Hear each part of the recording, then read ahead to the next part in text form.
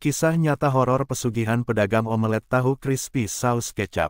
Di sebuah pasar malam yang ramai di pinggiran Jakarta, kehidupan berdenyut dalam ritme yang unik.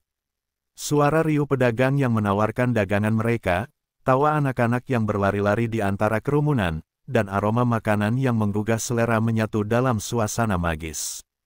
Lampu-lampu berwarna-warni berkelap-kelip, menciptakan suasana yang ceria sekaligus misterius. Di tengah keramaian itu, terdapat sebuah gerobak sederhana yang dikelola oleh Bang Oga, seorang pedagang omelet tahu crispy saus kecap. Bang Oga, seorang pria berusia 35 tahun, memiliki postur tubuh kurus dengan tinggi yang tidak terlalu menjulang. Wajahnya yang tirus menunjukkan garis-garis kelelahan, hasil dari tahun-tahun berjuang untuk memenuhi kebutuhan keluarganya.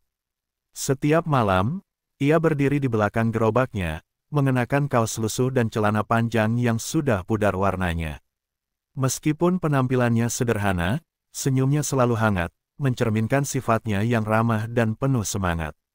Omelet tahu crispy saus kecap yang dijualnya menjadi daya tarik di pasar malam.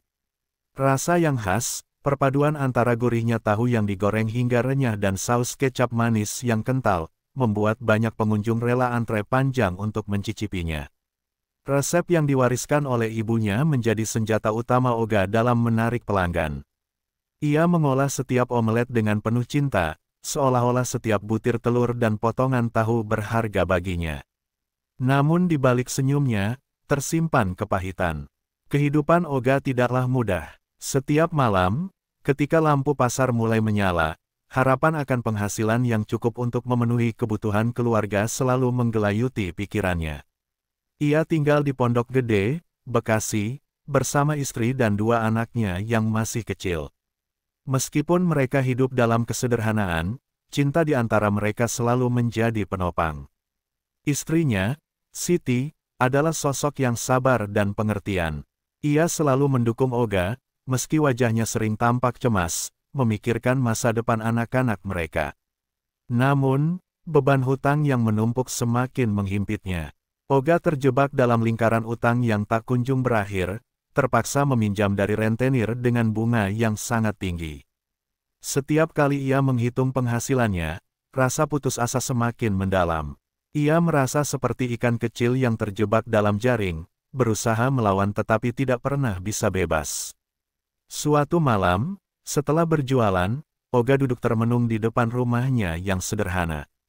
Lampu kuning dari rumah tetangga berpendar di malam yang gelap, menciptakan bayangan panjang di dinding.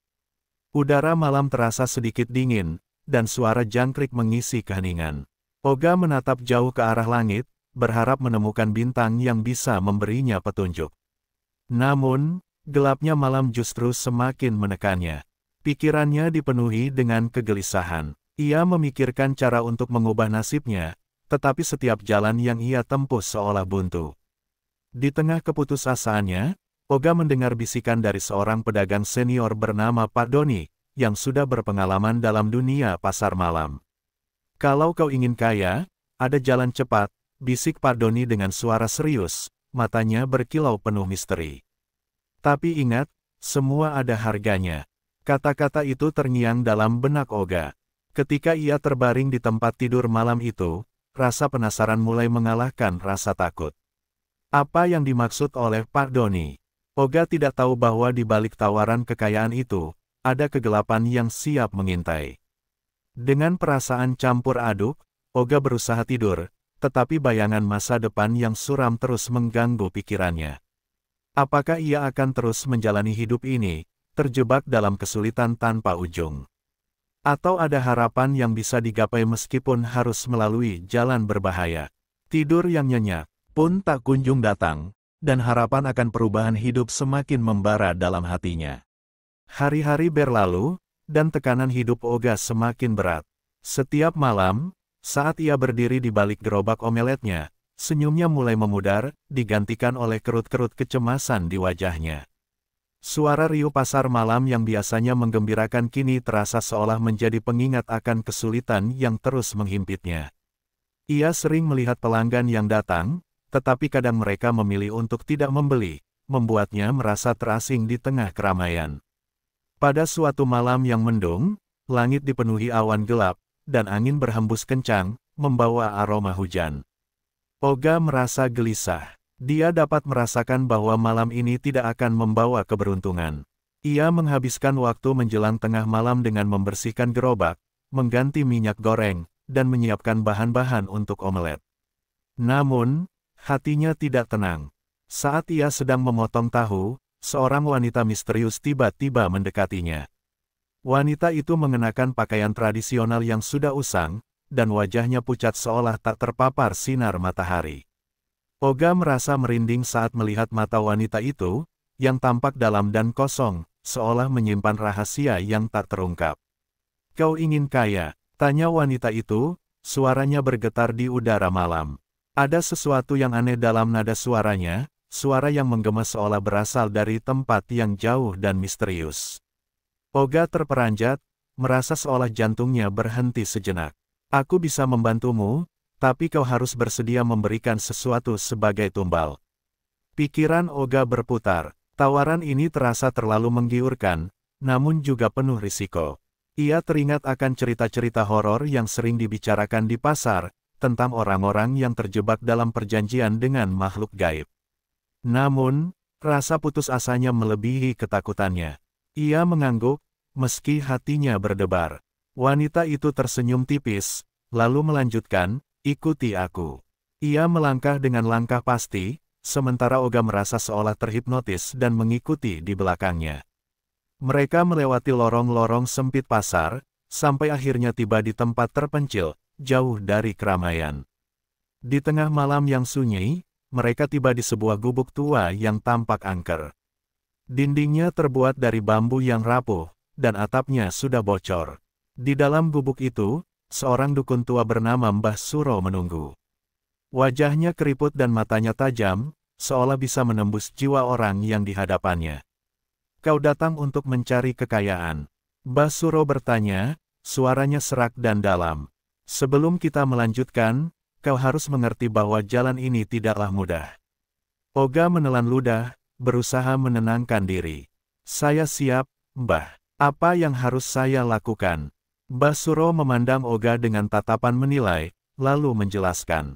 "Pesugihan ini akan memberimu kekayaan instan, tetapi kau harus memberikan tumbal. Tumbal bisa berupa hewan, uang, atau bahkan nyawa manusia. Pilihan ada di tanganmu." Rasa ngeri menyelimuti Oga. Ia merasa seolah terjebak dalam mimpi buruk. "Tapi, bagaimana jika saya tidak bisa memberikan tumbal?" tanyanya, suaranya bergetar. Mbah Suro tersenyum sinis. "Setiap perjanjian ada harganya. Jika kau tidak memenuhi syarat, konsekuensinya bisa lebih buruk. Kau akan kehilangan segalanya." Oga merasa terjepit dalam dilema. Ia ingin mengubah nasibnya, tetapi bayangan konsekuensi yang mengerikan menghantuinya. Namun, saat bayangan masa depan yang suram menyelimuti pikirannya, harapan akan kehidupan yang lebih baik kembali menggelora. Ia tahu bahwa hidup dalam kesulitan ini tidak mungkin bertahan selamanya. Akhirnya, dengan hati yang berdebar, Oga mengangguk. "Saya setuju," katanya, suaranya lemah namun tegas. Mbah Suro mengangguk, senyumnya lebar dan menyeramkan. "Baiklah, persiapkan dirimu. Ritual akan dimulai malam ini." Oga merasakan ketakutan yang mendalam, tetapi rasa putus asanya mengalahkan segala keraguan. Ia tidak tahu bahwa keputusan ini akan mengubah hidupnya selamanya. Saat malam semakin larut, ia mengikuti Mbah Suro ke dalam gubuk, bertekad untuk menggapai kekayaan yang telah lama diimpikannya. Namun, jauh di dalam hatinya, ia mulai meragukan pilihan yang telah dibuatnya. Malam itu, suasana di dalam gubuk tua Mbah Suro terasa mencekam.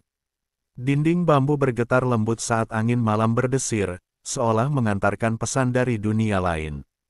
Oga duduk di atas tikar usang, merasakan detak jantungnya yang berpacu cepat. Mbah Suro berdiri di depannya, mengatur berbagai sesaji di atas meja kecil yang dipenuhi debu dan sarang laba-laba. "Pertama, kau harus menyiapkan sesaji." Suara Mbah Suro terdengar dalam, penuh wibawa. Ia mengambil ayam hitam yang sudah disiapkan sebelumnya, bulunya mengkilap dalam cahaya temaram. "Ayam ini harus kau sembelih dengan cara yang benar. Ini adalah simbol dari pengorbanan yang kau buat. Oga menatap ayam itu, hatinya bergejolak. Ia tahu betapa pentingnya ritual ini, namun pikiran akan apa yang harus diberikan sebagai tumbal membuatnya merasa mual. Ia mengangguk, berusaha mengumpulkan keberanian. Basuro mengajarkan cara menyembelihnya, dan dengan tangan bergetar, Oga melakukan apa yang diperintahkan. Setelah ayam itu tergeletak di tanah, darahnya mengalir deras, menciptakan genangan kecil yang mencerminkan cahaya bulan. Basuro mulai mengucapkan mantra, suaranya menggema di dalam gubuk, seolah memanggil kekuatan dari alam gaib. Oga merasa seolah ada sesuatu yang tak terlihat berkumpul di sekitar mereka, menunggu dengan penuh harap. Setelah menyembelih ayam, Basuro meminta Oga untuk menyiapkan kembang 7 rupa. Oga meraih bunga-bunga yang sudah dipersiapkan, meletakkannya dengan rapi di atas nampan. Basuro melanjutkan mantra-mantranya, menambah kehadiran spiritual yang semakin kuat. Oga dapat merasakan hawa dingin menyentuh kulitnya, membuatnya menggigil. Akhirnya, Basuro meminta Oga untuk membakar uang kertas. Ini adalah simbol pengorbanan material yang akan membawamu pada kekayaan, jelasnya. Dengan segenggam uang kertas di tangan, Oga melakukannya dengan perasaan campur aduk. Ia melihat uang itu terbakar, nyala api mengubahnya menjadi abu. Setelah semua sesaji disiapkan, Basuro memberi Oga sebuah batu mustika yang tampak berkilau dalam cahaya temaram. Batu ini adalah jembatan menuju kekayaan yang kau inginkan. Jagalah baik-baik, karena ia akan menjadi penuntunmu. Malam itu, Oga tidur dengan perasaan campur aduk, antara harapan dan ketakutan. Keesokan harinya, saat ia membuka matanya, sinar matahari menyinari kamarnya, membawa harapan baru. Ia meraih batu mustika itu, merasakan energi yang mengalir dari dalamnya. Beberapa hari setelah ritual, keajaiban mulai terjadi. Dagangannya mulai laris manis. Pelanggan berdatangan dari mana-mana, antrean di depan gerobaknya semakin panjang. Oga terkejut melihat perubahan ini. Dalam sekejap, uang mengalir deras ke dalam kantongnya. Ia mulai melunasi hutang-hutangnya, membeli barang-barang baru untuk keluarganya, dan wajah istrinya, Siti, kembali bersinar. Namun, kebahagiaan itu tidak bertahan lama. Mimpi-mimpi buruk mulai menghantuinya setiap malam. Ia melihat bayangan hitam yang mengikuti langkahnya, mengintai dari sudut-sudut gelap. Suara-suara aneh berbisik di telinganya, mengganggu mimpinya dan membuatnya terbangun dengan keringat dingin. Istrinya, Siti, juga merasakan dampak dari perubahan ini. Ia mulai terbangun di tengah malam, tubuhnya bergetar ketakutan. Oga, aku merasa ada yang tidak beres. Ia menggenggam tangan suaminya dengan erat. Seolah ada yang mengawasi kita. Oga berusaha menenangkan Siti. Ini hanya stres, sayang. Kita telah mendapat rezeki. Mungkin kita perlu berdoa lebih banyak. Ia berusaha meyakinkan dirinya sendiri dan istrinya. Namun, di dalam hatinya, rasa takut mulai tumbuh. Suatu malam, setelah berjualan, Oga memutuskan untuk kembali menemui Basuro. Ia merasa perlu penjelasan lebih lanjut mengenai semua yang terjadi. Dalam perjalanan menuju gubuk, Oga merasakan hawa dingin menyelimuti tubuhnya. Semakin dekat ia dengan gubuk itu, semakin ia merasakan ketegangan yang tidak bisa dijelaskan. Akhirnya, ia tiba di gubuk. Basuro menunggu di dalam dengan tatapan yang tajam. Ada apa, Oga? Tanyanya, suaranya mengandung nada misterius. Iya, Mbah, saya mengalami mimpi buruk. Saya merasa seperti ada sesuatu yang salah. Oga menjelaskan, suaranya bergetar. Basuro tersenyum dingin. Kau sudah membuat perjanjian. Tumbal yang kau berikan tidak cukup. Kau harus memberikan lebih. Kata-kata itu membuat Oga terperanjat. Ia merasa seolah dunia runtuh di sekelilingnya. Ketakutan merayap di dalam hatinya, namun harapan akan kekayaan yang sudah dicapainya masih membara. Dalam benaknya, ia mulai meragukan keputusan yang telah diambilnya, tetapi rasa putus asa dan keinginan untuk keluar dari kesulitan membuatnya terjebak dalam lingkaran yang berbahaya. Malam itu, Oga pulang dengan perasaan campur aduk setelah pertemuannya yang menegangkan dengan Basuro. Ketakutan bercampur dengan rasa bersalah menyelimuti pikirannya. Setiap langkahnya terasa berat, seolah kakinya terikat oleh bayangan masa lalu dan janji yang telah dibuat. Setibanya di rumah, suasana sunyi menyambutnya. Lampu redup di ruang tamu, dan Siti serta anak-anaknya sudah terlelap. Olga duduk di tepi tempat tidur, menatap wajah istrinya yang damai saat tidur. Namun, ketenangan itu tidak membuatnya merasa tenang. Pikiran tentang tumbal yang harus ia bayar terus mengganggu. Apa yang harus aku lakukan? Batinnya bergolak. Ia tidak ingin kehilangan keluarganya, tetapi ia juga tidak ingin kembali ke kehidupan yang penuh kesulitan. Malam-malam berikutnya, mimpi buruk semakin menjadi-jadi. Ia terbangun dengan teriakan, keringat membasahi bajunya, dan jantungnya berdegup kencang. Dalam mimpinya, bayangan hitam itu semakin mendekat, seolah-olah ingin mengambil sesuatu darinya. Suara bisikan yang tak berwujud terus mengganggu pikirannya, menyampaikan pesan-pesan yang sulit dipahami. Bayar harga yang harus kau bayar, bisiknya, membuatnya terbangun dalam ketakutan. Suatu malam, saat Olga sedang berjualan di pasar malam, sebuah peristiwa aneh terjadi. Seorang pelanggan mendekatinya, seorang pria bertubuh besar dengan wajah yang tampak ramah. "Saya mau satu omelet tahu crispy," katanya, tersenyum. Olga segera menyiapkan pesanan, berusaha menunjukkan wajah ramah meskipun hatinya bergetar. Ketika omelet itu selesai dan Olga menyerahkannya, pria itu tiba-tiba menghilang di depan matanya. Olga tertegun, merasa seolah-olah waktu berhenti. Ia melihat sekeliling, bingung. Pelanggan lain di pasar tidak menyadari apa yang baru saja terjadi. Rasa dingin menyelimuti tubuhnya, dan Olga merasa ada sesuatu yang sangat tidak beres. Keesokan harinya, rumor mulai menyebar di pasar. Seorang rekan pedagang, Bang Amir, ditemukan tewas di tempatnya berjualan. Kematian itu terjadi secara misterius, dan orang-orang mulai berbisik tentang kutukan yang melanda pasar malam. Olga merasakan jantungnya berdegup kencang. Ia teringat akan peringatan Mbah Suro tentang tumbal yang harus dibayar. Dalam keadaan panik, Olga kembali ke tempat Mbah Suro. Ia bertekad untuk mencari cara menghentikan semua ini, tetapi rasa takut berbalut rasa putus asa. Ketika ia tiba di gubuk, Mbah Suro sudah menunggu, wajahnya menunjukkan senyuman sinis yang lebih menyeramkan dari sebelumnya. "Apa yang kau inginkan, Olga?" tanyanya, suaranya tenang namun memancarkan aura ancaman. "Saya ingin membatalkan perjanjian ini, Mbah. Saya tidak bisa melanjutkan. Keluarga saya, mereka terancam." Suara Olga bergetar, air mata mulai menggenang di pelupuk matanya. Mbah Suro hanya tertawa, suaranya bergetar penuh kepuasan. "Perjanjian tidak bisa dibatalkan. Kau sudah terikat selamanya. Kekayaan yang kau nikmati adalah hasil dari pengorbanan yang telah kau buat. Untuk setiap nyawa yang kau ambil, akan ada yang harus dibayar." Kata-kata itu membuat Olga merasa seolah jiwanya terhempas dalam kegelapan. Ia merasa terjebak, tidak ada jalan keluar. Ketika ia berbalik untuk pergi, bayangan hitam itu muncul lagi, lebih dekat dan lebih jelas. Rasa takut membanjiri dirinya, dan dia merasakan hawa dingin menyerang kulitnya. Kembali di rumah, Olga menemukan Siti terbangun, wajahnya tampak cemas. "Olga, ada yang tidak beres. Aku merasa kita diawasi." Ia menggenggam tangannya erat. Anak-anak juga terbangun setiap malam, mereka ketakutan.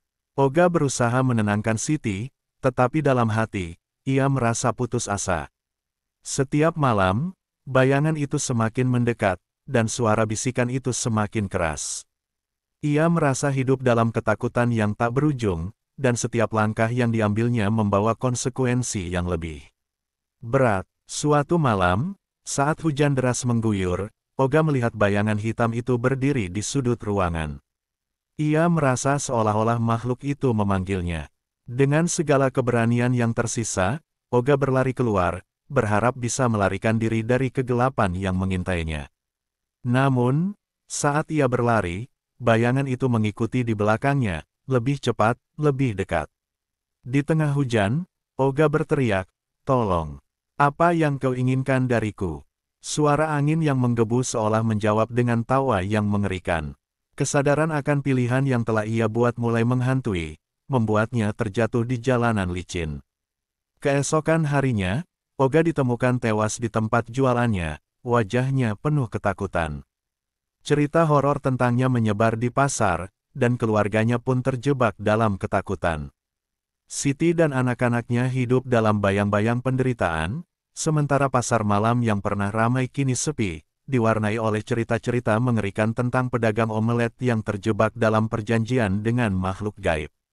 Dengan peristiwa ini, Oga menjadi pelajaran bagi banyak orang, bahwa kekayaan instan yang diraih dengan cara yang tidak benar dapat membawa konsekuensi yang menghancurkan, dan bahwa hidup dengan cara yang halal lebih berharga daripada segala harta di dunia.